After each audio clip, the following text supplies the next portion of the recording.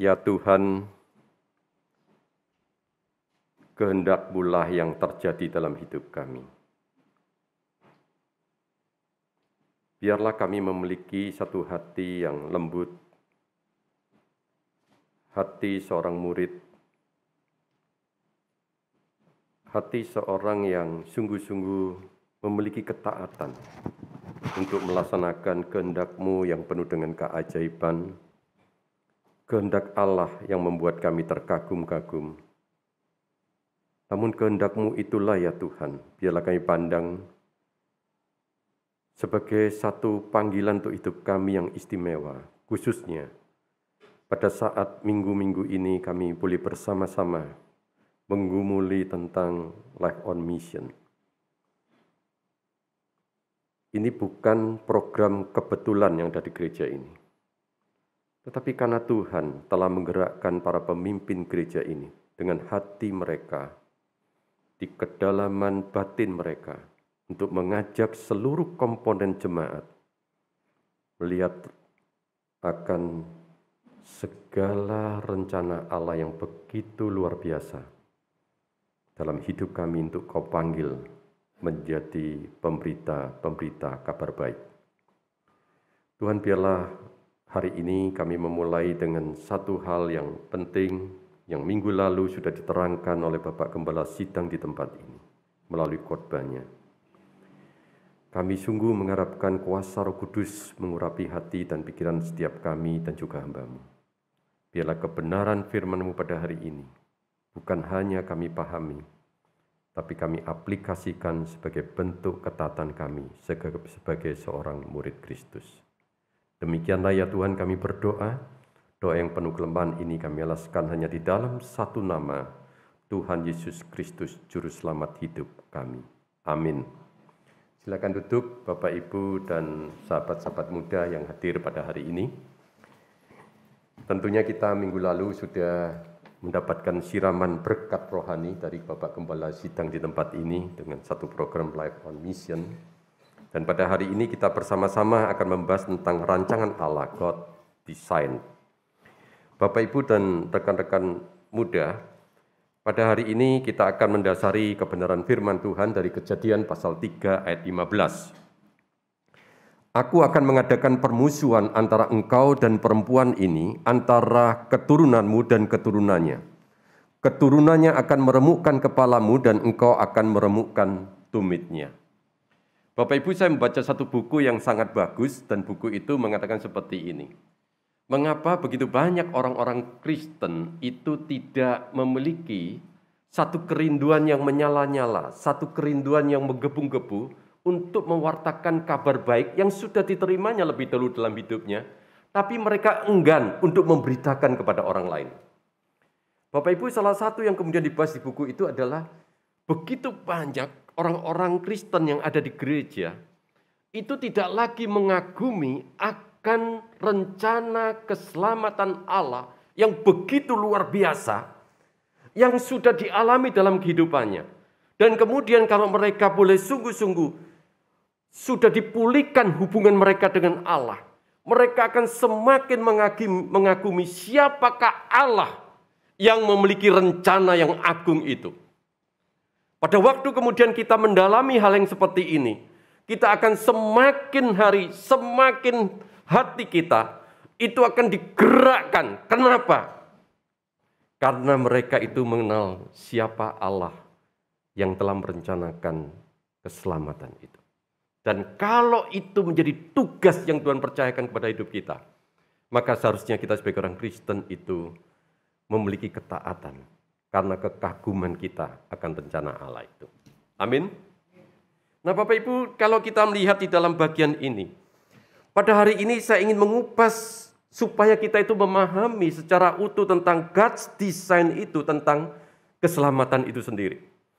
Bapak Ibu, kalau kita melihat di dalam ayat yang sudah kita baca tadi, itu merupakan berita Injil yang pertama di dalam Alkitab.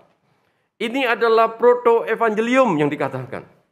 Mengapa dikatakan sebagai berita Injil yang pertama? Karena di dalam Kejadian pasal 3 ayat 15, setelah manusia itu jatuh di dalam dosa, Adam dan Hawa jatuh di dalam dosa, Allah tidak membiarkan mereka untuk kemudian mereka terlepas. Tidak lagi memiliki hubungan relasi yang baik itu dengan Allah. Tidak. Tapi justru Allah segera memberitakan Injil yang pertama itu di dalam Kejadian 3 ayat 15. Yang saya bacakan sekali lagi untuk Bapak Ibu dan sahabat-sahabat muda. Aku akan mengadakan permusuhan antara engkau dan perempuan ini. Antara keturunanmu dan keturunannya. Keturunannya akan meremukkan kepalamu dan engkau akan meremukkan tumitnya. Ini merupakan satu berita yang mengacu pada kedatangan Mesias Yesus Kristus ke dalam dunia untuk menyelamatkan manusia yang berdosa dengan meremukkan kepala ular.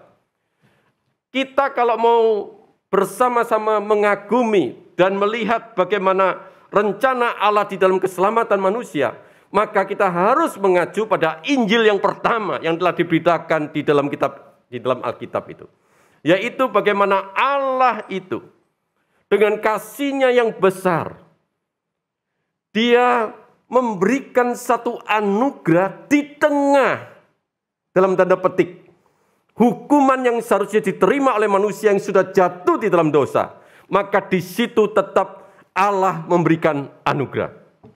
Nah, oleh karena itu kepada Bapak Ibu dan rekan-rekan muda, kita akan bersama-sama untuk melihat di dalam bagian kita ini adalah di dalam proto-evangelium itu, maka kita memiliki satu makna teologis yang sangat penting, bahwa di tengah penghukuman ada anugerah.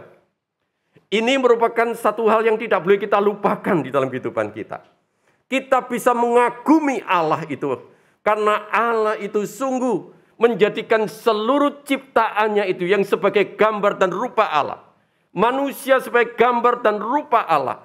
Itu menjadi biji mata Tuhan. Sehingga Allah itu tidak melupakan mereka, tidak menggeser mereka, tidak menghukum mereka. Justru Allah itu dengan kasih-Nya yang besar ingin kembali untuk memberikan satu anugerah keselamatan.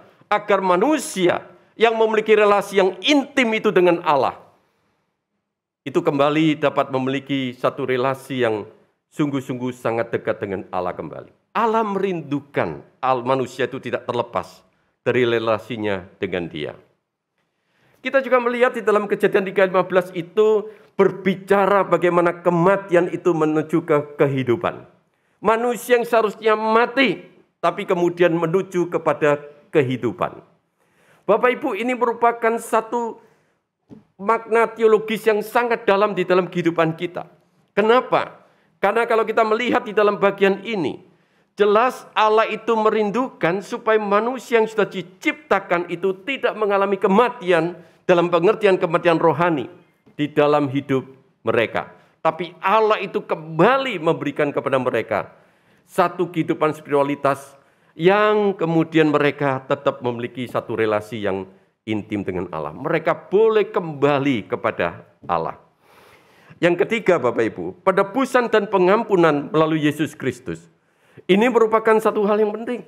Di dalam Kejadian 3:15 itu jelas ada satu nubuatan penebusan dan pengampunan dosa, kesempurnaannya dan penggenapannya itu melalui Yesus Kristus.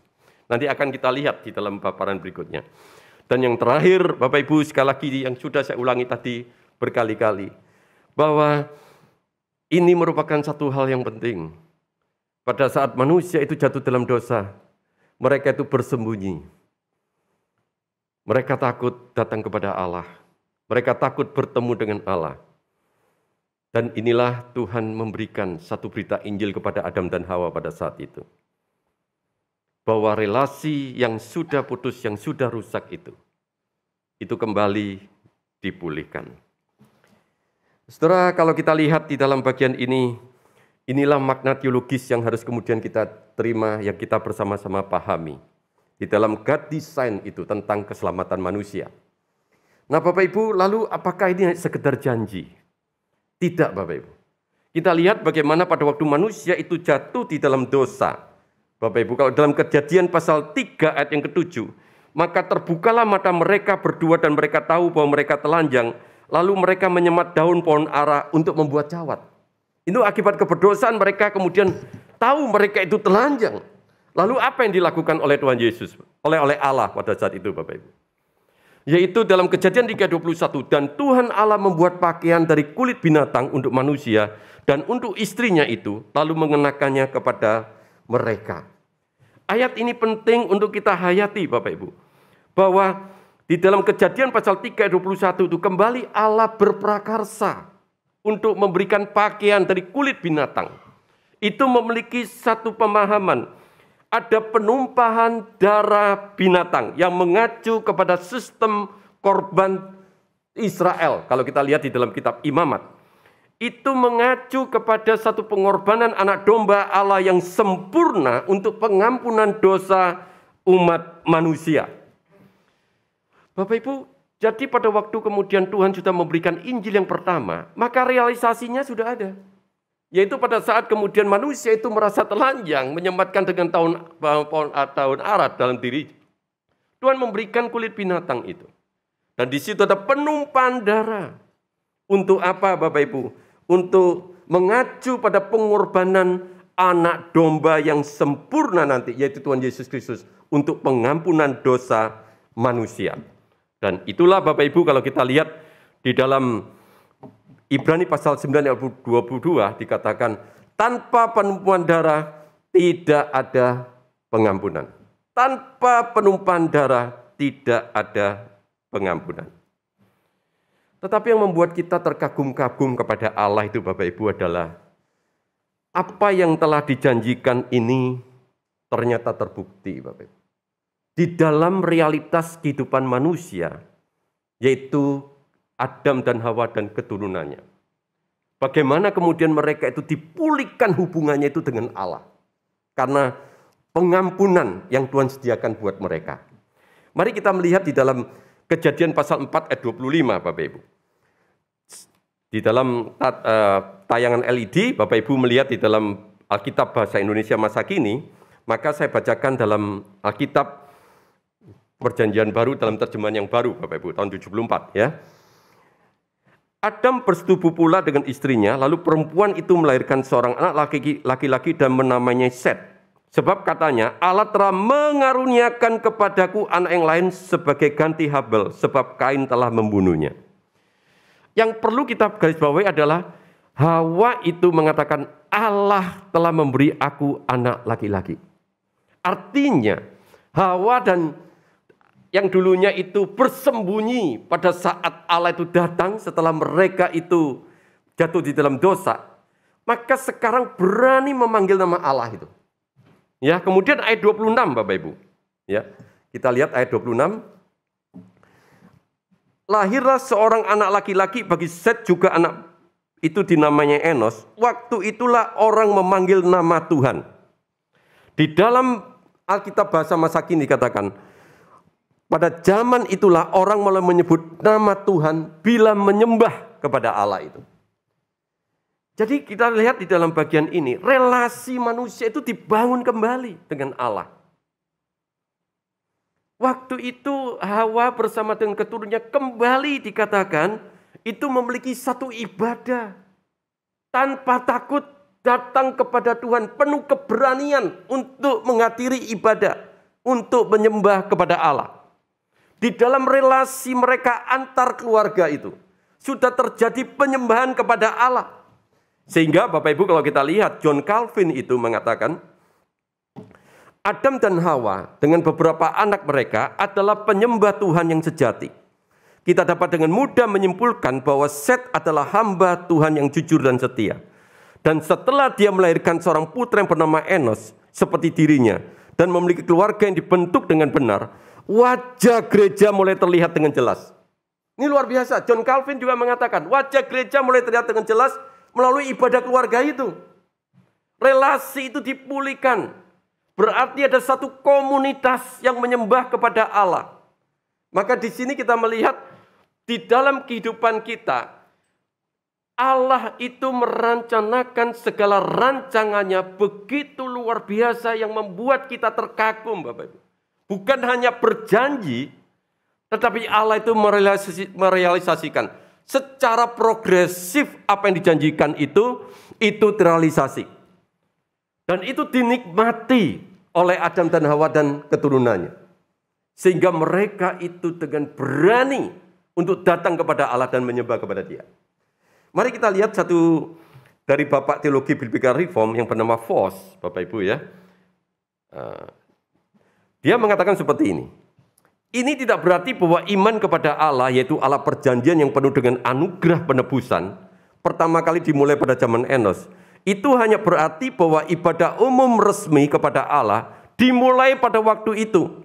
Iman kepada Allah dimulai dengan sejak Adam dan Hawa. Pada generasi ketiga sekitar waktu kelahiran Enos, kebaktian umum yang telah teratur untuk beribadah kepada Allah telah dimulai. Jadi di dalam bagian ini kita melihat Voss pun juga mengatakan ini sudah mulai adanya satu relasi antar komunitas yang datang menyembah kepada Allah.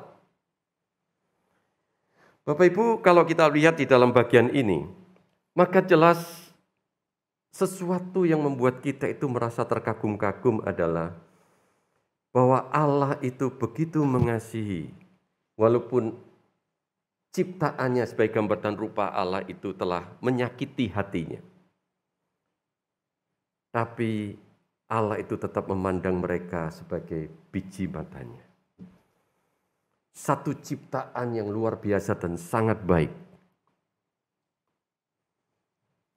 Saya yakin hati Allah itu telah teriris pada waktu Adam dan Hawa itu jatuh di dalam dosa. Tetapi hati Allah yang teriris itu adalah satu hati yang penuh dengan kasih, yang penuh dengan anugerah. Dia sangat mengasihi, dia sungguh memberikan satu rencana yang begitu sempurna. Dan itu luar biasa sekali. Dan hari ini dapat kita nikmati, bukan? Nah, sekarang kita akan bersama-sama melihat, kalau begitu apakah penggenapannya sudah benar-benar terjadi secara sempurna? Saya akan memberikan satu bagian di dalam Efesus pasal 2 ayat 1-3. Kamu dahulu sudah mati karena pelanggaran-pelanggaran dan dosa-dosamu. Kamu hidup di dalamnya karena kamu mengikuti jalan dunia ini. Karena kamu mentaati penguasa kerajaan angkasa, yaitu roh yang sekarang bekerja di antara orang durhaka. Sebenarnya dahulu kami semua juga terhitung di antara mereka. Ketika kami hidup di dalam hawa nafsu daging dan menuruti kehendak daging dan pikiran kami yang jahat, pada dasarnya kami adalah orang-orang yang harus dimurkai sama seperti mereka yang lain. Bapak Ibu, untuk mengerti bagian ini, kita juga kaitkan dengan perjanjian lama pada waktu Adam dan Hawa jatuh di dalam dosa. Mari kita lihat Kejadian pasal 2 ayat 1 ayat 16. Lalu Tuhan Allah memberi perintah ini kepada manusia. Semua pohon dalam taman ini boleh kau makan buahnya dengan bebas. Tetapi pohon pengetahuan tentang yang baik dan yang jahat itu, janganlah kau makan buahnya. Sebab pada hari engkau memakannya, pastilah engkau mati. Nah Bapak Ibu, ini perintah yang diberikan kepada Adam dan Hawa. Waktu mereka ada di Taman Eden, waktu relasi mereka dengan Allah itu baik sekali. Sebelum mereka jatuh di dalam dosa. Tetapi karena ketidaktaatan, itu kemudian mereka harus menerima satu konsekuensi pada waktu engkau memakannya, yaitu waktu mereka memakan buah pohon pengetahuan yang baik dan jahat itu, maka engkau akan mati. Tapi nyatanya kan Adam dan Hawa tidak mati, Bapak. Jadi pengertian di sini itu adalah pengertiannya adalah mati secara rohani. Nah, oleh karena itu saya balik lagi Bapak Ibu kepada Efesus pasal 2 ayat 1-3. Kamu dahulu sudah mati karena pelanggaran-pelanggaran dan dosa-dosamu. Bapak Ibu, ayat 1 ini itu memberikan kepada kita ini satu pernyataan yang mutlak. Jadi Paulus itu bukan sekedar begini loh. Hati-hati ya, ini berbahaya loh untuk kita. Enggak. Jadi Bapak Ibu jangan sampai salah sangka. Sekarang ini begitu banyak pengajaran-pengajaran yang mencoba untuk mengaburkannya. Wah ini hati-hati, bahaya loh, kamu nanti akan begini loh. Enggak. Tapi ini satu pernyataan yang mutlak, satu pernyataan yang faktual. Artinya apa? Yang benar dan terjadi. Kematian ini adalah kematian yang nyata dan sekarang.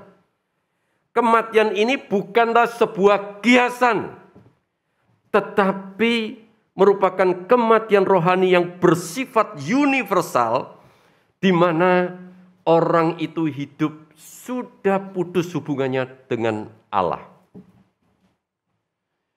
Bapak Ibu, Paulus itu menekankan ini kepada jemaat di Efesus itu dengan satu maksud adalah begini. Kalau kita berbicara tentang kondisi kehidupan kita itu harus tahu loh, bahwa akibat kejatuhan manusia itu di dalam dosa, maka setiap manusia itu secara universal sebetulnya benar-benar mengalami satu kondisi yang faktual, itu mati secara rohani. Kitab Efesus itu berbicara tentang kristologi, tentang Kristus. Maka di sini lebih menekankan, karena di dalam perjanjian baru, manusia itu sudah terlepas dari Kristus, sudah hidup tanpa Kristus, maka dia itu mati secara rohani. Dan kondisi yang seperti ini dikatakan, mati secara rohani itu, manusia itu sudah tidak berdaya. Dosa itu begitu serius, Bapak Ibu. Sehingga kalau kita lihat di dalam ayat yang kedua, di dalam bagian ini, saya bacakan untuk Bapak Ibu sekalian sekali lagi ya. Kamu hidup di dalamnya karena kamu mengikuti jalan dunia ini, karena kamu mentaati penguasa kerajaan angkasa, yaitu roh yang sekarang sedang bekerja di antara orang durhaka. Bapak Ibu dikatakan karena kamu mengikuti jalan dunia ini, mentaati penguasa kerajaan angkasa.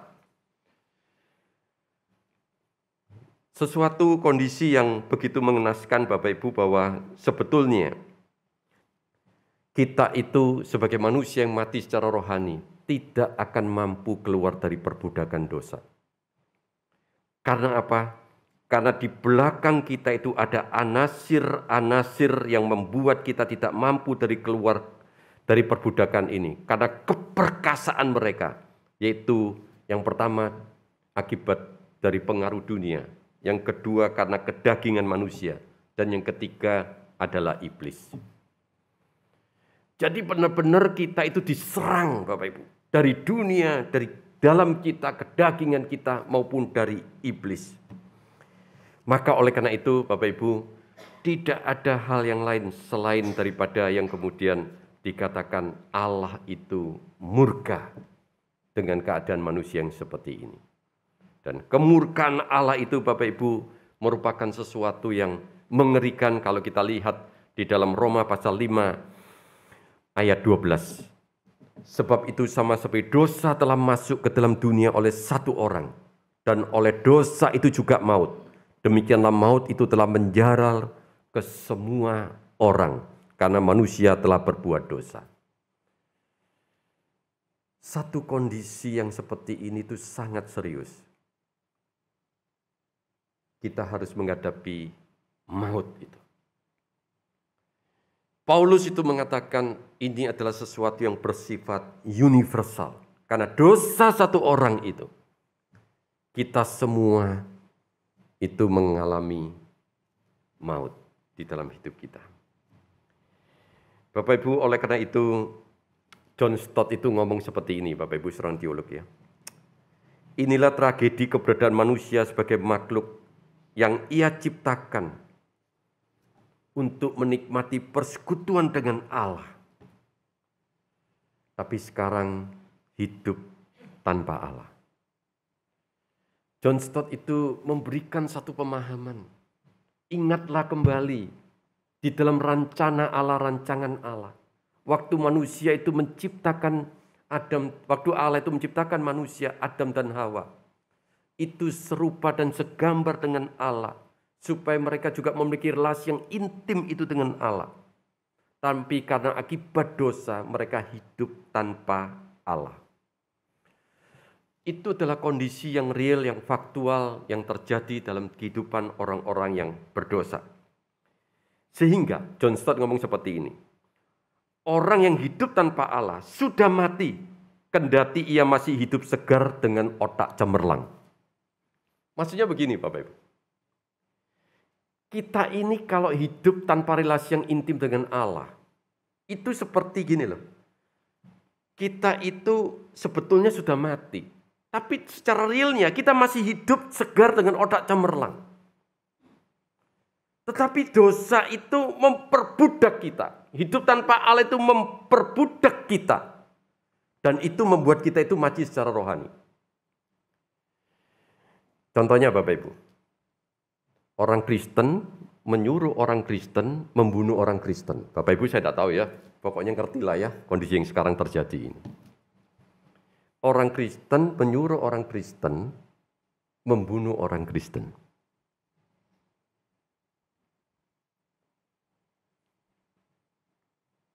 Orang yang hidup tanpa Allah itu adalah orang yang mati, kendati dia masih hidup segar dan otaknya masih cemerlang. Itu yang digambarkan, Bapak. Jadi sebetulnya ini adalah satu kondisi yang sangat berbahaya, Bapak. Sangat berbahaya sekali. Begitu banyak orang di antara kita yang tidak menyadari akan hal ini. Kita tuh merasa hidup, wah saya itu hidup biasa-biasa saja dan saya sangat baik. Saya tidak pernah melakukan apa-apa dan sebagainya misalnya. Tapi sebetulnya di dalam diri kita kalau hidup tanpa Allah itu masih kita itu memang hidup segar dan otak kita masih cemerlang. Tapi sebetulnya di dalam kehidupan rohani kita itu kita sudah mati. Nah itulah Bapak Ibu kemudian kalau kita lihat di dalam Efesus pasal 4 sampai ke 7 dikatakan, tetapi Allah yang kaya dengan rahmat oleh kasih-Nya yang besar yang dilimpahkannya kepada kita telah menghidupkan kita bersama-sama dengan Kristus. Sekalipun kita telah mati oleh kesalahan-kesalahan kita, oleh kasih karunia, oleh anugerah kamu diselamatkan. Dan di dalam Kristus Yesus Ia telah membangkitkan kita juga dan memberikan tempat bersama-sama dengan Dia di surga. Supaya pada masa yang akan datang Ia menunjukkan kepada kita kekayaan kasih karunia-Nya yang melimpah-limpah sesuai dengan kebaikan-Nya terhadap kita dalam Kristus Yesus. Bapak Ibu coba lihat di dalam ayat 4. Tetapi Allah yang kaya dengan rahmat.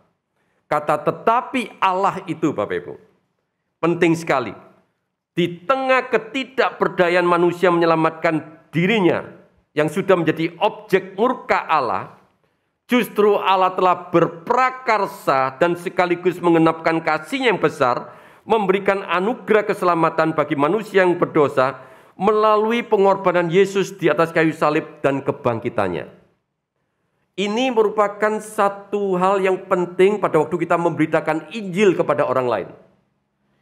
Sekali lagi, di tengah ketidakberdayaan manusia menyelamatkan dirinya menjadi objek murka Allah, justru Allah telah berprakarsa dan mengenapkan kasih-Nya yang besar itu, memberikan anugerah keselamatan bagi manusia yang berdosa melalui pengorbanan Kristus di atas kayu salib dan kebangkitannya. Bapak Ibu, pada waktu kemudian kita melihat akan hal ini, kita akan semakin terkagum-kagum apa yang tertulis dalam Kejadian 3 ayat 15. Yang tadi sudah kita membahasnya, proto evangelium, berita baik yang pertama. Allah berprakarsa setelah manusia pertama jatuh dalam dosa. Maka kemudian Rasul Paulus itu mengatakan, penggenapannya itu sudah terjadi. Di mana kemudian penggenapannya itu Tuhan mengirimkan anaknya yang Allah mengirimkan anak yang tunggal itu untuk mati di atas kayu salib. Tadi yang dikatakan Bapak Ibu bahwa Allah itu memberikan kepada mereka pakaian dengan kulit binatang, ada pengorbanan darah di sana. Maka telah digenapkan dengan kedatangan Tuhan Yesus untuk mati di atas kayu salib. Dan darahnya yang kudus itu menghapus dosa-dosa kita.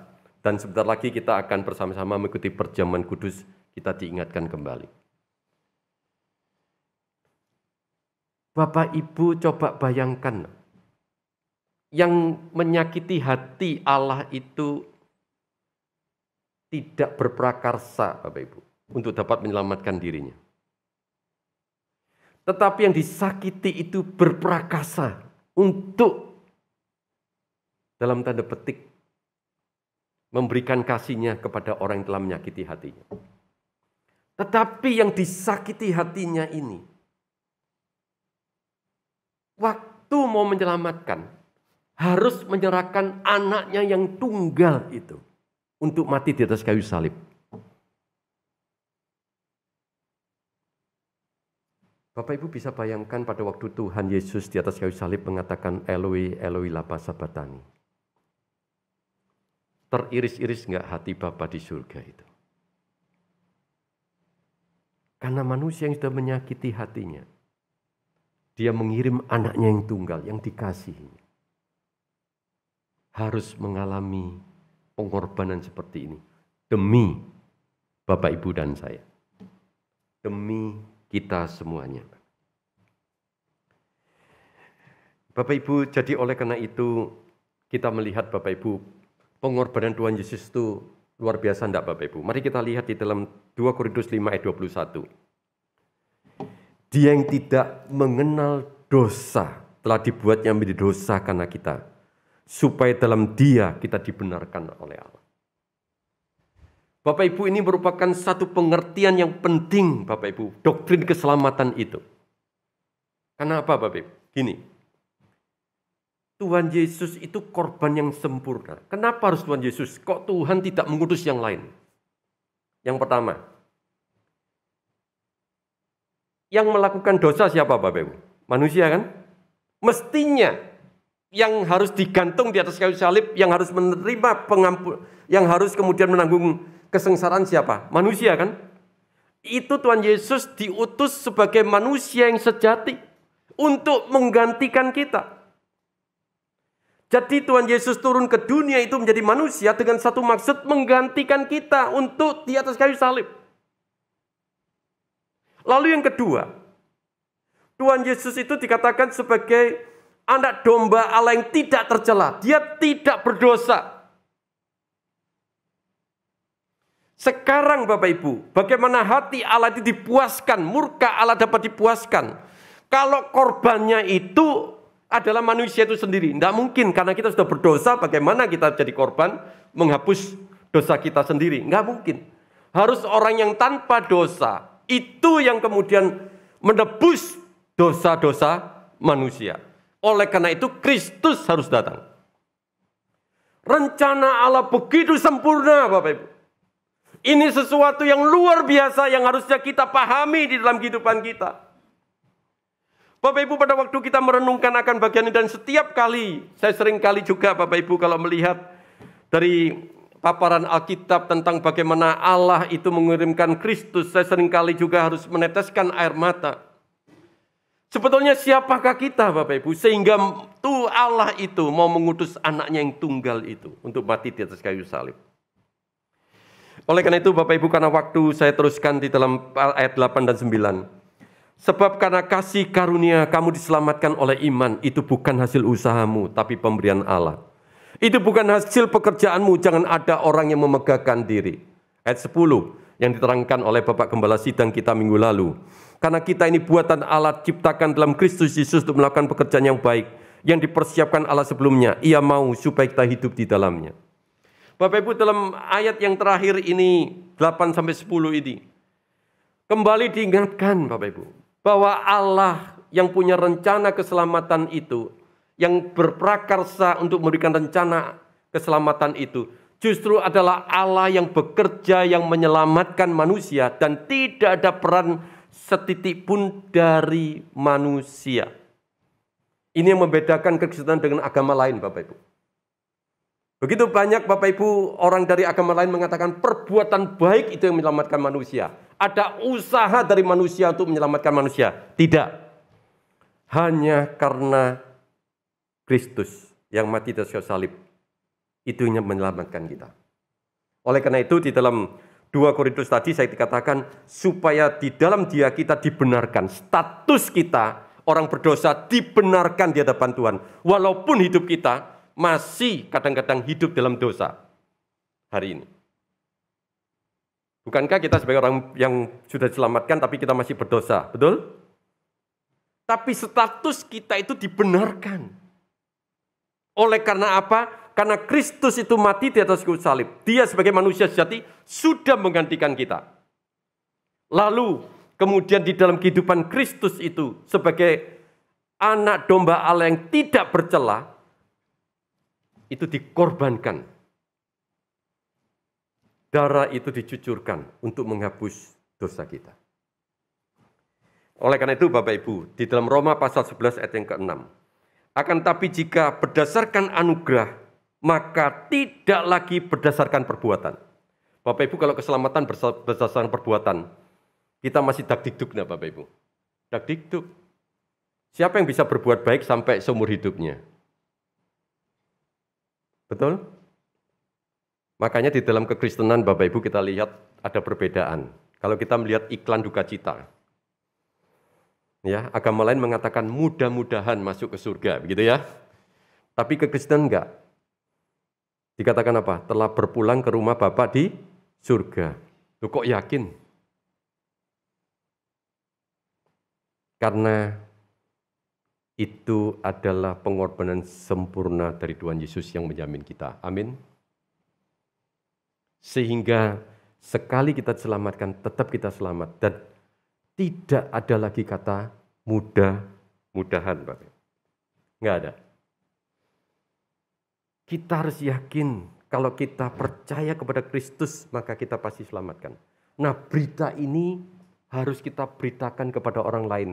Karena begitu banyak orang yang membutuhkan akan berita ini. Sebelum saya mengakhiri khotbah ini, saya mengutip dari 2 Timotius 1 ayat 8. Mari kita baca bersama-sama Bapak Ibu ya. Ayat ini sangat penting sekali. 1, 2, 3. Jadi janganlah malu bersaksi tentang Tuhan kita. Dan janganlah malu karena aku, seorang hukuman karena dia. Melainkan ikutlah menderita bagi Injilnya oleh kekuatan Allah. Bapak Ibu jangan takut bersaksi. Memang banyak Bapak Ibu kita bersaksi PI dengan berbagai metode Bapak Ibu.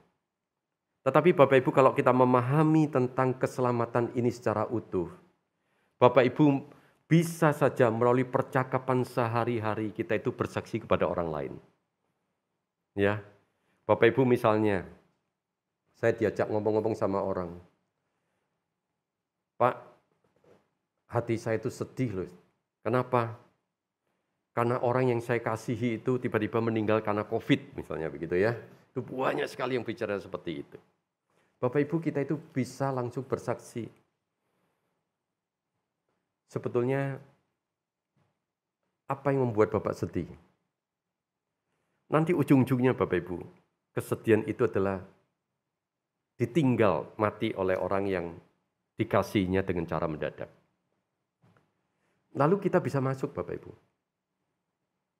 Kira-kira kalau sudah begini, dia sekarang ada di mana? Pertanyaan itu bisa menyentak orang itu. Kalau orang meninggal seperti ini, dia ada di mana? Nah Bapak Ibu kalau itu adalah orang yang bukan Kristen, maka mereka selalu mengatakan, ya mudah-mudahan Pak, dia masuk ke surga. Dia masuk ke tempat yang menjadi surga bagi agama mereka masing-masing. Nah dari situ Bapak Ibu kita bisa masuk dan mengatakan, boleh enggak Pak saya cerita tentang iman saya? Kalau di dalam iman saya, orang yang mati sekalipun mendadak seperti itu. Tapi dalam hidupnya, kalau dia memiliki satu iman yang percaya kepada Tuhan yang kami sembah, Yesus Kristus. Maka kami itu merasa yakin, dan saya yakin sepenuhnya, dia sudah bersama Bapa di surga. Nah kadang-kadang orang ini kemudian nanya, kok bisa? Nah baru kita terangkan keselamatan tadi, Bapak. Ya. Bapak Ibu juga peristiwa yang kemarin terjadi bagaimana orang menyuruh orang lain menembak dan kemudian meninggal begitu ya dan sebagainya. Kok bisa ya Pak ada yang seperti itu? Nah kita bisa bicara Bapak Ibu tentang dosa itu begitu agresif, memperbudak setiap manusia. Lalu bagaimana kita memutus itu Bapak Ibu? Lalu bagaimana kemudian kita itu supaya dalam hidup kita itu benar-benar tidak melakukan hal-hal yang begitu luar biasa dan kontroversial itu. Maka Bapak Ibu kita bisa cerita tentang keselamatan ini. Tapi Bapak Ibu dan sahabat-sahabat muda, saya ingatkan bahwa memberitakan tentang keselamatan ini bukan kita mempertobatkan orang itu langsung dari perkataan kita. Kita harus ingat ada kuasa Roh Kudus yang bekerja dalam diri orang itu. Kita hanya memberi kesaksian, kita hanya memberitakan Bapak Ibu. Jadi jangan terlalu dibebani begini. Kalau saya ngomong nanti bertobat enggak dia ya? Loh, bertobat itu urusan siapa? Urusan Tuhan. Tapi Tuhan ngomong apa? Hanya kita disuruh bersaksi tentang Kristus yang menyelamatkan manusia. Soal orang itu bertobat dan tidak, itu urusan Tuhan. Nah, oleh karena itu Bapak Ibu, kepada kita yang mau melayani dan bersaksi bagi keluarga kita, bagi teman kita, berdoa terlebih dahulu Bapak Ibu. Bila perlu doa puasa, bila perlu kita mendoakan sekian lama, baru kemudian kita datang ke orang itu menceritakan tentang firman Tuhan. Memang Bapak Ibu kita tidak langsung loh, ya sekali lagi Bapak Ibu saya ngatakan, wah saya cerita nanti ada yang bertobat, enggak Bapak Ibu ya. Tetapi kita perlu adanya satu keseriusan. Saya 1,5 bulan, 2 bulan lalu saya sedih Bapak Ibu ya. Mendengar satu keluarga, lalu kakaknya meninggal, tapi bukan COVID, memang sakit Bapak Ibu. Dan kemudian ternyata yang meninggal ini belum Kristen. Lalu satu saudara dengan satu saudaranya lain begini. Kita ini kok lupa ya. Yang satu bilang, saya juga lupa. Mereka sedih sekali. Ini saudara kandung loh, belum percaya. Semua yang lain sudah percaya, tapi tidak ada satupun yang membedakan yang kepada kakaknya yang belum percaya. Bapak Ibu pada waktu saya menghadiri di sana, saya pun juga ada rasa bersalah Bapak Ibu. Saya juga tidak mengetahui kalau Bapak ini belum percaya, gitu kan ya. Karena saya juga tidak kenal sih. Tetapi saya kemudian berpikir, sedih enggak Bapak? Sedih sekali. Akhirnya keluarga itu menangis Bapak Ibu. Kenapa? Mereka mengaku dosa, tidak bersaksi tentang Kristus kepada kakaknya ini. Bapak Ibu dan sahabat-sahabat muda, hari ini gereja sudah menyelenggarakan satu acara Life on Mission. Ini merupakan satu gerakan yang menurut saya sesuai dengan panggilan Tuhan untuk hidup kita, seperti ayat 10 yang terangkan oleh Pak Martin minggu lalu. Untuk apa kita diselamatkan? Salah satunya adalah untuk melakukan pekerjaan baik. Salah satu dari pekerjaan baik itu adalah apa? Memberitakan berita keselamatan, rencana keselamatan Allah ini bagi orang-orang yang ada di sekitar kita. Amin. Mari kita masuk dalam doa.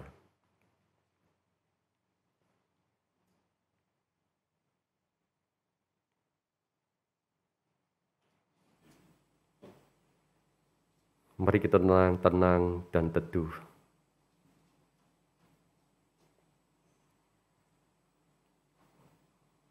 Bapak Ibu renungkan di bagian mana Allah telah berbicara kepada kita melalui firman Tuhan pada hari ini.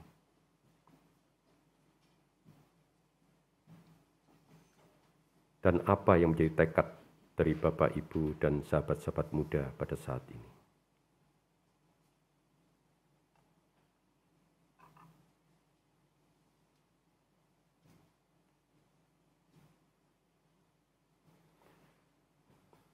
Ya Tuhan, ampuni kami. Setelah kami menjadi orang Kristen sekian tahun, bahkan puluhan tahun. Tapi dari mulut bibir kami tidak pernah menceritakan tentang keselamatan bagi orang lain. Ampuni kami ya Tuhan kalau selama ini kami egois telah menerima anugerah keselamatan dari Tuhan. Namun kami tidak memberitakan berita anugerah ini bagi orang lain.